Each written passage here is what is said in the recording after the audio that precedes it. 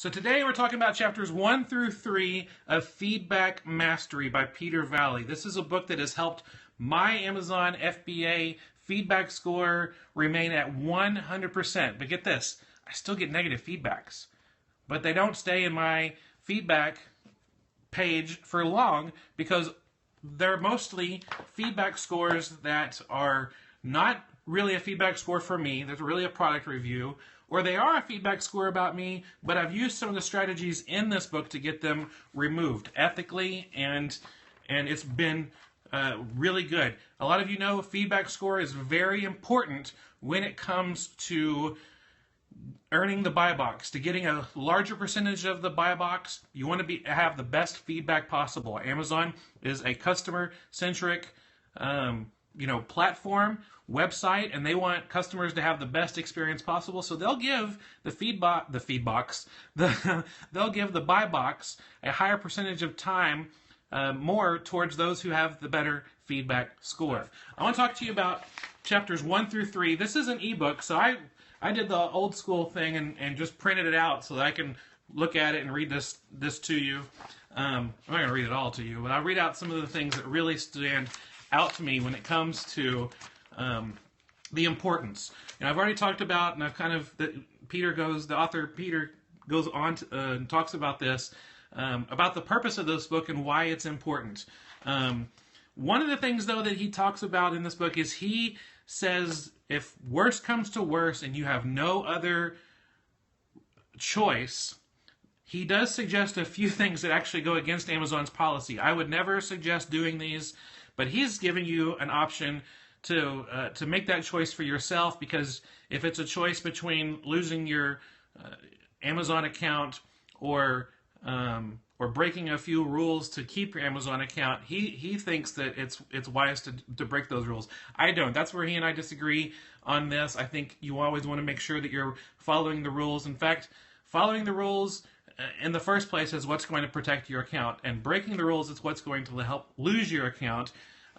But I agree with 98%, maybe even 99% of what's in this book. And as always, read this, make sure that you make a good choice on what you're going to decide to do for your business. But it's really important. He points out that probably the negative feedback that you get is probably not your fault about half the time.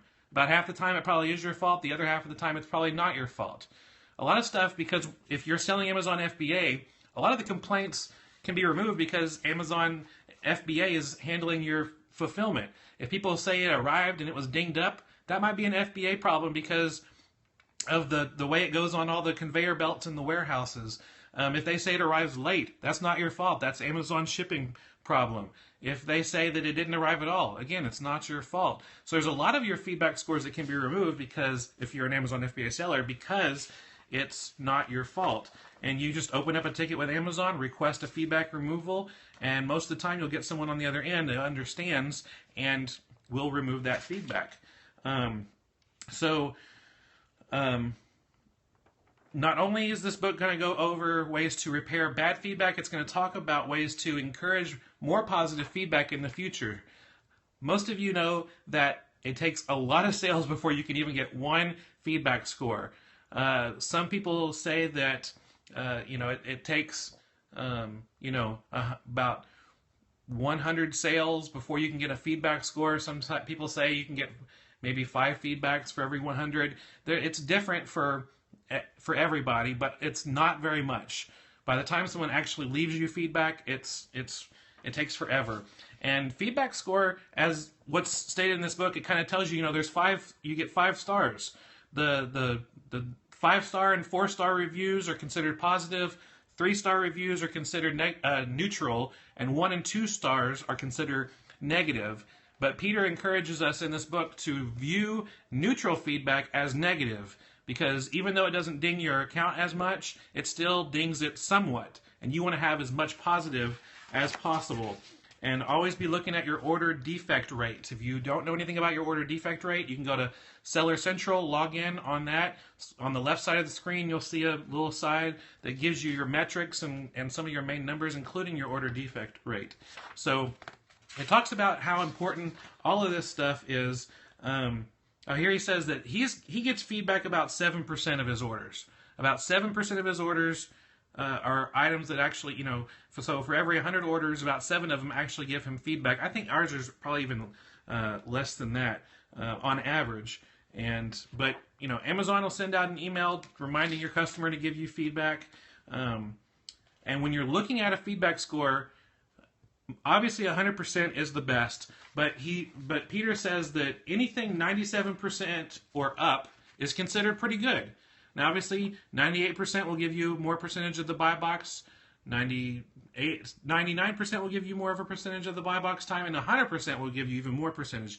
But he says that if you're around 95 or 96, that's not very good in Amazon's eyes. You should probably do something to remove your old feedback. And yes, you can remove old feedback that's even, a year old, 2 years old, no matter how long you've been selling on Amazon. If it's not a fair feedback, you can possibly get it removed.